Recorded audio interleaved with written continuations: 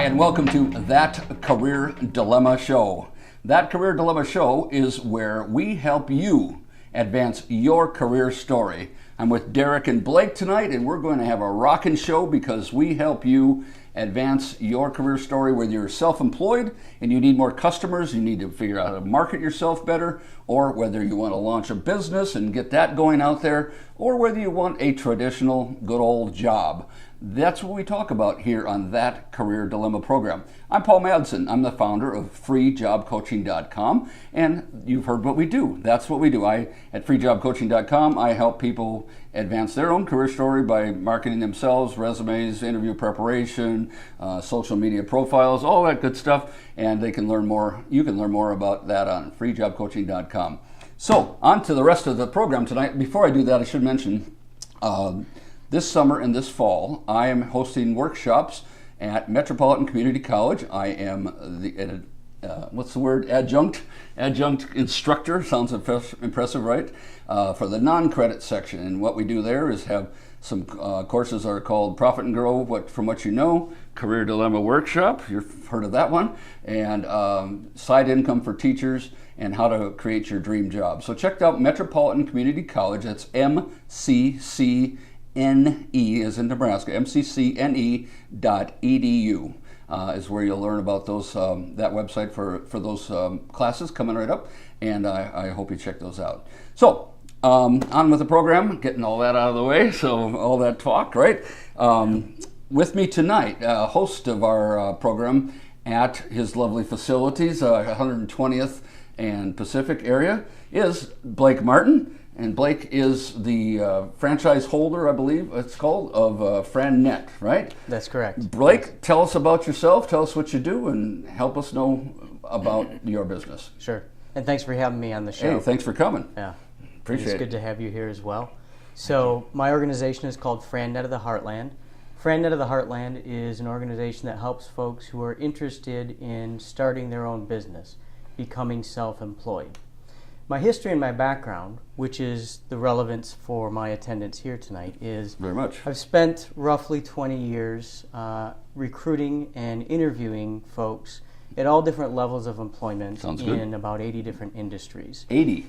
And that comes from being in the franchising field, which is an industry that goes across all different types of businesses. Okay. And so in my roles in that field, I've interviewed and recruited folks anywhere from service level employees up to C-suite executives. And in my current role, as I mentioned, I work with aspiring entrepreneurs who are interested in interviewing to become franchise owners within larger brands, and thereby begin to establish their own skill set for recruiting employees when they start their own business. Okay, great. And if I know a little bit about your background, you were with a company in Omaha that started fairly small, and you helped them grow quite large. And what was your role with this? And that was a franchising related world as well, right? That's right. It was the Right at Home International now. A very good business story, yes. Yeah, organization that started right here in Omaha, Nebraska, and has grown to be one of the global giants in the in-home healthcare Great field. story, yeah. Yeah. What was your role with them? So I had several different roles there. One was a product and services development role where we were adding value for existing franchise owners within that system, much of which had to do with recruitment and retention of staff. Okay. So building up educational tools that helped the owners within that franchise system to recruit and retain good staff, because that was a field where supply and demand was a real challenge. Sure. Finding and keeping good care staff. Okay. Yeah. And then moved into an international role, and that's where I was working with C-suite level executives who were looking to become master franchisees and expand that brand into different countries. Okay, that's a fascinating role, I'm sure, especially going global and all that. Lots of rules, regulations, I'm sure. And so the skills, the reason Blake is here is to help Derek and me is the skills he used in that and in his present role were that recruitment and helping people position and posture themselves, which we're getting to you, man. We're going to talk about that. And with that, tell us a little bit about that. Did you have to help? You postured both the company and you had to kind of have a matchmaker now and then as well, right? Yeah, absolutely. The key in a field like that, where you're helping folks who are looking to start a business, but you're representing an established business brand in whatever field it might be. Could be home health care, could be another. The real key is to dig into what is it that motivates folks? What is it that motivates the people who are hiring, in other words, that franchise company in my case, and the folks who are looking to join a system, and can you find a philosophical and cultural match? Okay. Because at the end of the day, what you need in a successful business like that, in a brand like that, is folks who are really bought into that organization, and are bought into the passion of the business, and have a skill set that will assist them in the long run. So you're recruiting and screening and matching all the time, right? Absolutely. Well, tell us briefly, right now, what kind of person, what kind of customer, what kind of individual you're looking for, and who you can help as a result of your work at FriendNet. Well, it can be a couple of categories. So primarily, you're looking for that corporate refugee, somebody who's looking for something corporate different. Refugee, yes. Yep, You're a corporate refugee. I'm a corporate refugee. Yes. We've all been corporate refugees at some point. And that may be somebody who is still gainfully employed and looking for something new or different. It may be somebody who is out there looking already. Okay. That second category would be those serial entrepreneurs, somebody who has been an entrepreneur for a long time. Derek is a great example when we get into his story. Sure. And continuously looking for their next investment or opportunity. Okay. Amongst those folks, the skill set that you're looking for and the things that we'll talk about today are looking for somebody who's coachable. Looking for somebody who is accomplished and confident, but willing to continue learning from other folks. Okay. And then the second is folks who have transferable skills. Okay. Nobody's good at everything, right? I mean, we all make mistakes every day. But folks who have transferable skills in management and marketing and sales and customer service, you don't have to be the best in the world at all of them, but if you have strengths in some of those areas, you leverage those into finding the concept that's the right match for you. So if you're a serial entrepreneur looking for another buildable franchise system that you're wondering what's out there, Blake can help you out with that. If you're a corporate refugee current, in a corporate situation current but changing, and I've met many of you who are in that situation, or someone who's already out, and doesn't have to be a person with a severance package. I mean, some of your opportunities are pretty low end dollar-wise, right? That's correct. Having a severance may provide you a little more latitude, but certainly not a necessity. There's a lot of ways to fund a small business, especially in a strong economy like ours right now. Okay. All right. Well, how do they reach you, Blake? So you can reach me through frandnetoftheheartland.com, or you can contact our main office directly, which is an Omaha number, and that's area code 402-415-3651. Great. And of course, Blake is on LinkedIn as well, and we're LinkedIn buddies, right? And so you can find him at LinkedIn as well. FriendNet of the Heartland, right? Thank you. Thank you. Appreciate you being here. And finally, somebody over here, you're sleeping yet? I'm not asleep. The star of our show. The star of the show, yes. The reason we're all here is Mr. Derek Peterson. And Derek is that corporate refugee, perhaps. Like I said, we all are, right? Derek has a strong background in marketing, and he is currently between gigs, as they call it. And Blake and I are here to do our best to help him expand his thinking outside the box, as they say, or Richard Branson would say, never be in the box in the first place. So that's a good way to look at it as well. Derek, tell us a little bit about yourself and your background and that kind of thing, please. Certainly. First, I'd like to thank all the viewers who have decided to view today. Thank you, Blake, for hosting this, and Paul for facilitating. I have a 20-plus year career in creative marketing, everything from the boardroom to the mailroom. I have done a little bit of design, copywriting, planning, budgeting, you name it. I believe I can be an asset to many different organizations. Right now I'm in an unemployed position as a corporate refugee and am currently looking for opportunities that are in the marketplace. You bet. And it's been a few months, and just so people who are watching can perhaps relate to you, I mean, what have you found? Have you found you're putting the... I should have you word it for me. What is your career dilemma? My career dilemma, as I see it, can be summed up in one word, and that's uncertainty. During my search in trying to find that match for successful marketing, I have gotten a lot of materials out. I've networked. I've done a number of things. I don't know that I'm getting the response that I want. So I'm uncertain. Am I doing the right thing? Am I doing it often enough? Am I targeting the right companies? Also, kind of coupled with that uncertainty is I have a side hustle, as the term, called Nightlight Marketing. Nightlight Marketing. Nightlight Marketing. And with that company, I've been filling in the gaps. And I've done that for decades as well. So in that term, uncertainty, do I focus my time, as I'm doing now, on the marketplace? Do I decide to change my focus to make my side hustle my main job, and then turn the marketplace search into that smaller aspect? The side hustle flip, you might call it. Okay. What's the word? What's the answer in one word, Blake? Well, it depends on what becomes most important for Derek. There you go. Okay. At the end of the day, I think people oftentimes, when you're going through a dilemma such as yours, people lose sight of what's most important. That is, what is really going to invigorate you? What is really going to drive you and keep your passion? I mean, you have many years of a career left, and unless you look much younger than you are. You've got a long career ahead of you, but clearly we talked ahead of time, and I've certainly seen your profile online. You've accomplished great things, both through your own self-employment and through your corporate career. And so you are lucky. You are lucky that you have a lot of options right now, and I think, if anything else, the value that we could probably bring to you in the conversation today is just starting to put together those pros and cons and weighing what's most important to you. Because I truly believe that you have a legitimate opportunity to go either direction.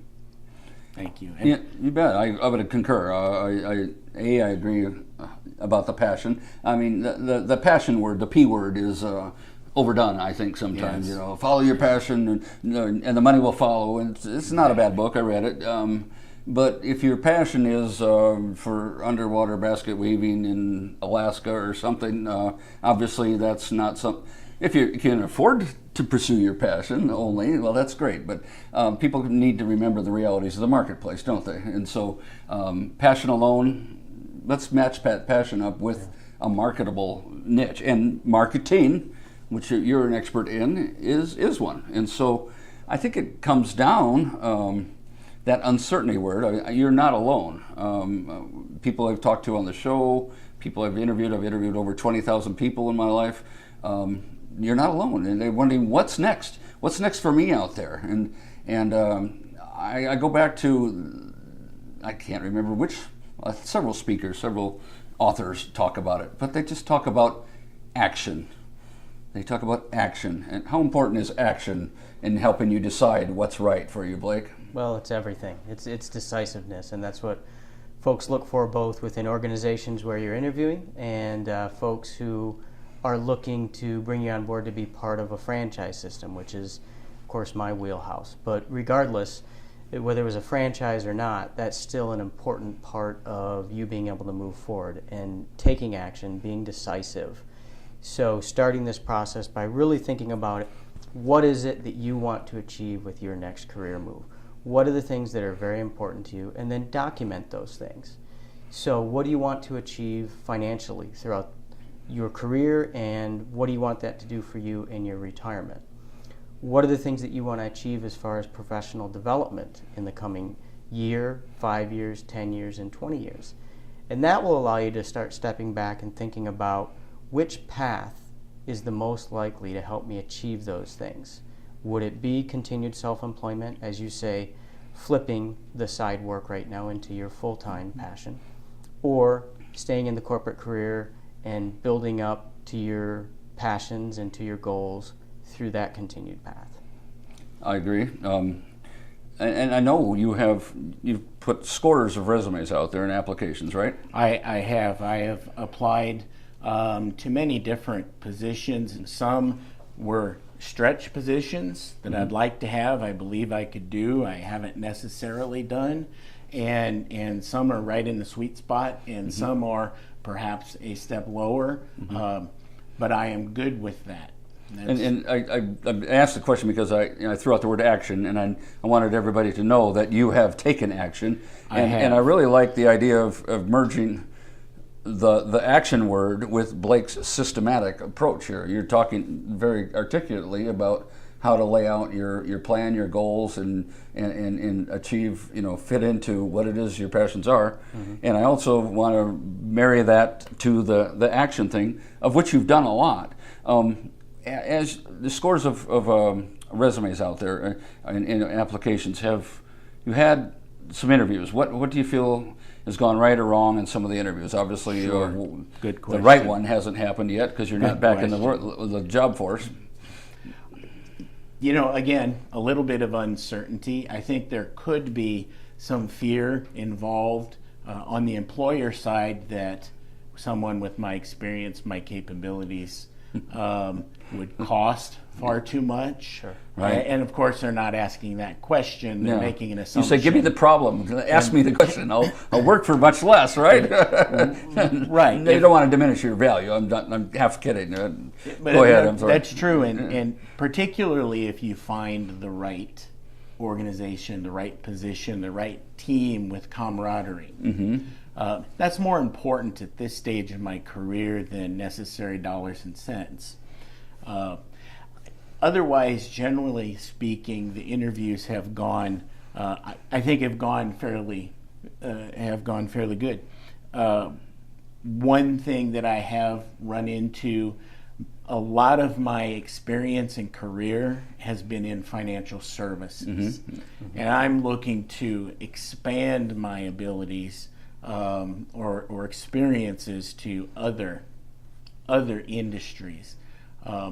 There are times where I've come up against somebody and we were the final two, and it just so happened that they were in the industry. They knew the hospital industry or something better than you knew. I mean, you knew financial services. They knew that, and I think I've told this story before. In a human resources role at a company, we ran an ad for a graphic artist.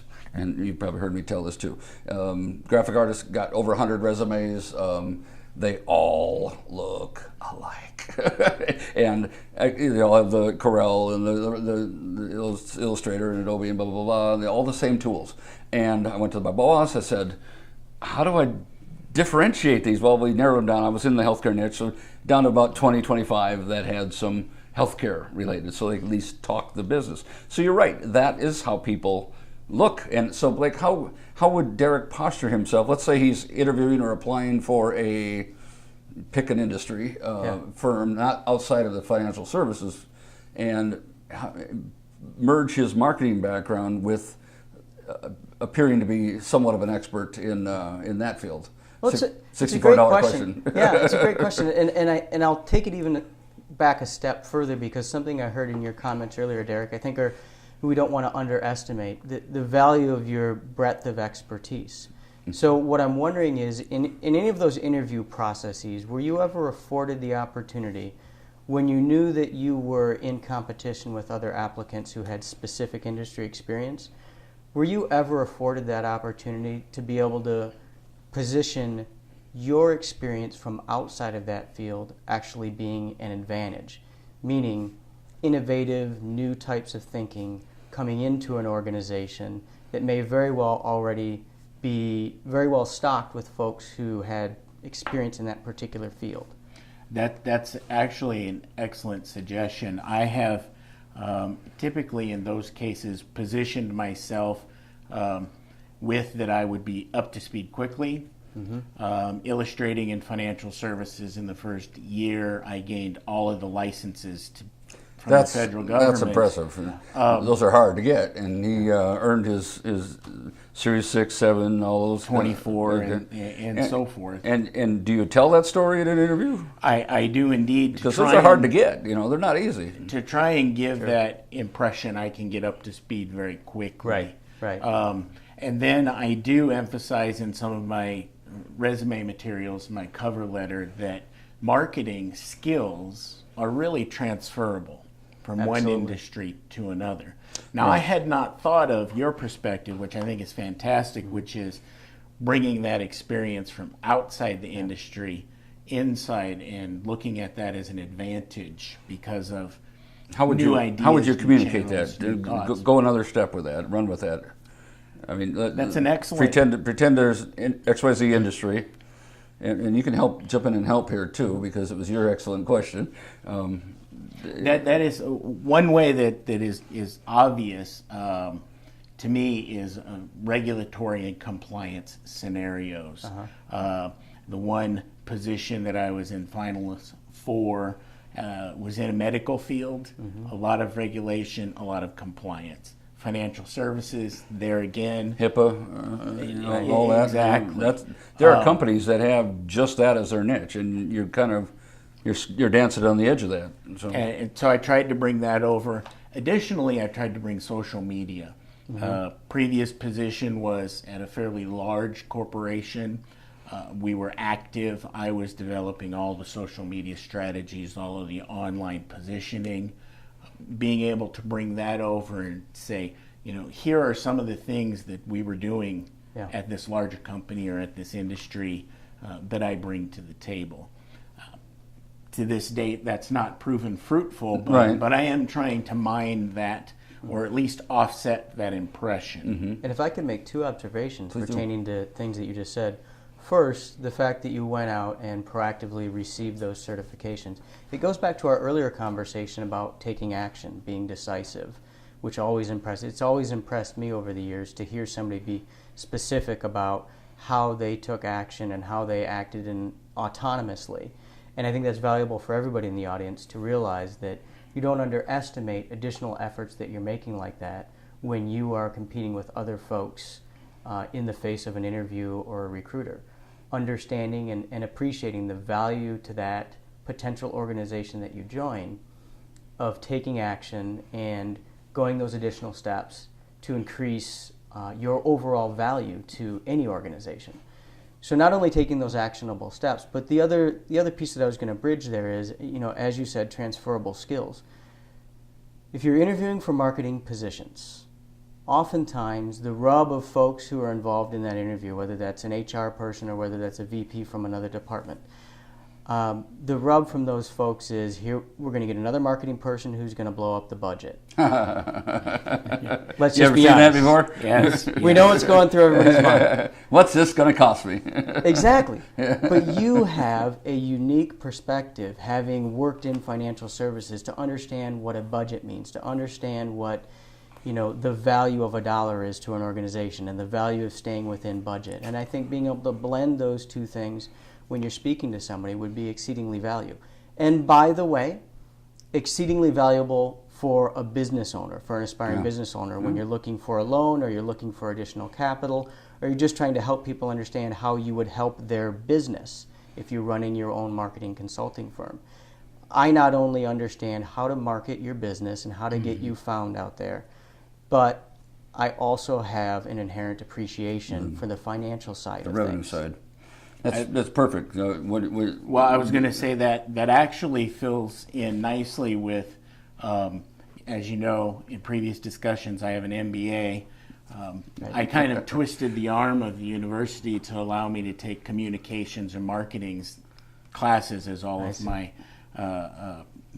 extras, and I have double majors and double minors as undergraduate in business and graphic design.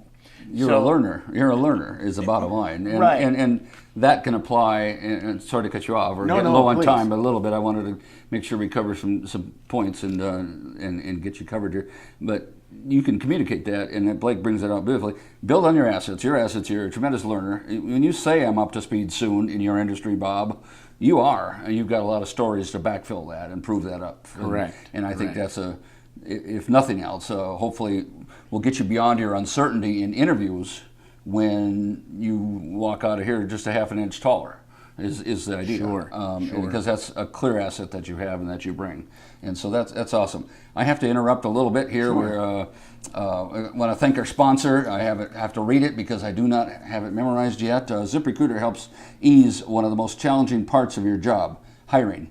With just one post, your recruitment ad is immediately posted to over 100 job boards, all with one click. And with ZipRecruiter, all the prospects flow to you in one easy system. No downloads, printing of resumes, phone calls, or voicemails. All the candidates are there in one simple-to-use dashboard, and right now you can try ZipRecruiter for free. Just go to ZipRecruiter.com for details. Thank you, ZipRecruiter, and they're an appropriate sponsor because of what we do here. We get people jobs, and we help with that. So we didn't get much into posturing. I mean, I think, but what we did actually, because I think.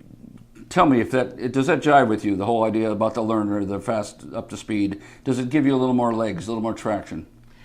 You know, at times, and we mentioned the budget issue coming in, and so it's a little bit of uncertainty in that, yes, I say and communicate well that I come in and marketing for marketing's sake is not successful. You need to understand the big business picture. Mm-hmm. But along those same lines, most of my experience has been larger budget. And so what I need to do is refocus on, yes, maybe it was a larger budget, but I took it from A and I actually rolled it into a B, C, and D result so that incrementally that one budget became 4 or 5 successes. And so I need to add that, I think, into presentation. I agree. I just as we talk, I just don't think there are, again, all my interviews over the years, I don't think any potential employer is going to come across a marketing person with a strong business background that Blake points out that you have. And that's a tremendous asset that I think we need to highlight. Did you happen to have a chance to work on your elevator speech? Many of them. Many of them. It's very complicated. Because if you have one, hit us with it. We'll work on it. We'll chisel it. Or maybe we'll just love it and leave it alone. Well, I've written it down. That's fine. Have not memorized. Hard to memorize those things because like I said, went through many. And they change every day too. So it's good for viewers to see that it's a process. You That's don't right. just come up with it and automatically know it's there. It's a process for learning it and feeling comfortable with it. Absolutely. So what I've created is I use results-based creative marketing to help organizations maximize their market potential and add to their bottom line. What do you think, Blake? I love that you've got an owner's mentality in your own personal value statement there. And I realize I'm a bit biased, having had a career working with potential business owners, but I think that resonates with anybody in an interview room as well. If they see that on a resume, they see that on a LinkedIn, they hear that from you and they get that message. It's important that you take that owner's mentality into your interview process.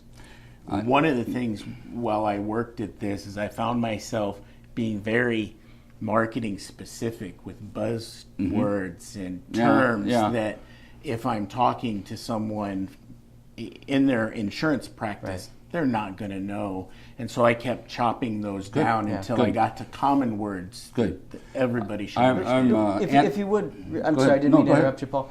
Read it again real quick and just, maybe with a poetic pause on some of the on some of those strong trying phrases. to be dramatic. I've got a lot of degrees and experience, but drama is not one. I use results-based creative marketing to help organizations maximize their market potential and add to their bottom line.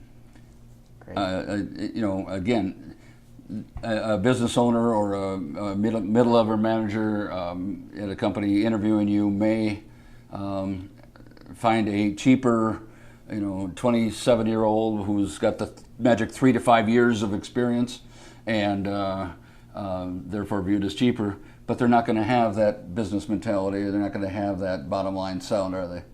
Somebody much smarter than me many years ago told me, you can't train wisdom. You can't train experience. And so, you get to be selective in what organizations you would choose to interview with. And if you have an opportunity, And with your skill set, you do have this opportunity to learn and understand the culture of an organization, if they're one that is likely to really value that experience and not get concerned about that experience might be that you get paid more than somebody straight out of school. That can be a real leverage point for you. Absolutely. Particularly, if I could segue a little further on that, if you don't mind, Paul. Briefly. You've positioned yourself very well with your own URL. And I think if you take that opportunity and take the variety of different directions that can send you in with your marketing background, utilize that to beef up your social profiles, particularly your LinkedIn profile. That can help you down both paths that we've been talking about. That can help you down the path of looking at self-employment opportunities and expanding your existing business. And it will certainly help you down the path of meeting the folks who are going to be on the other side of that interview table, on the interview table that you want to be at. I agree. And I have seen that's some work that needs to be done. So it's great to have affirmation that I'm seeing that clear up a little uncertainty. That's how would you absolutely? How would you like? Well, before I ask that, I'm going to just try to put a summary in. It's hard. There's so many good pearls of wisdom. We need to wrap up here. We talked about the uncertainty and killing that uncertainty with two things. Killing it with action. Action cures the doubt. You're A/B testing. Marketing. A doesn't work. B does work. You're going to know pretty soon what works, what doesn't work. And so you've done that because of activity. And you're doing that activity against Blake's backdrop of a project management. It helps you discover and find your passion. So that's a quick summary of where we've been. The other piece, of course, that's a valuable nugget. You have a business owner's mentality that will be not found very often within a marketing person's world. And we're going to talk a little more offline about how to help make that happen. Derek, how do you want people to reach you? Is it LinkedIn? Do you want to give out your website, your email? How would you like that to happen? Or they can reach you through me if you'd like. Sure. I do have a website with my credentials as well as examples of the creative projects I've done. It's dpeterson.info. And that's DPETERSON.info. Correct. Also LinkedIn, I do have an outline there of the jobs that I have had and some personal things that I've done, education and charity and whatnot. And then always can be called at 402-850-6256. I love there are forums out there that say home phone or cell phone. Does anybody have a home phone anymore? That's my one and only. It's those 10 people that still have a Yellow Pages book. Yeah. That they open. They do. One number. Hey, what, you don't like my Yellow Pages?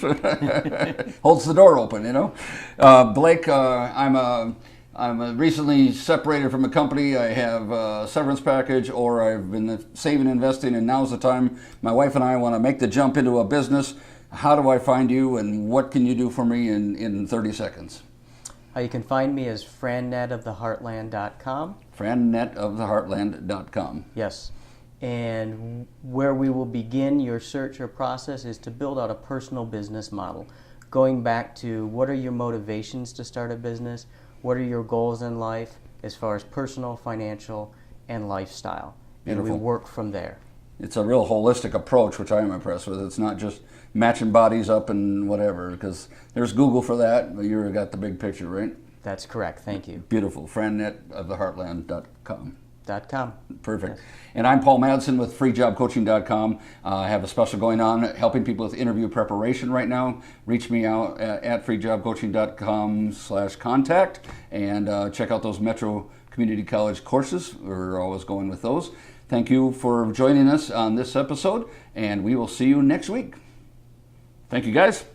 Thank you. Thank you, Blake. Thank you, Paul.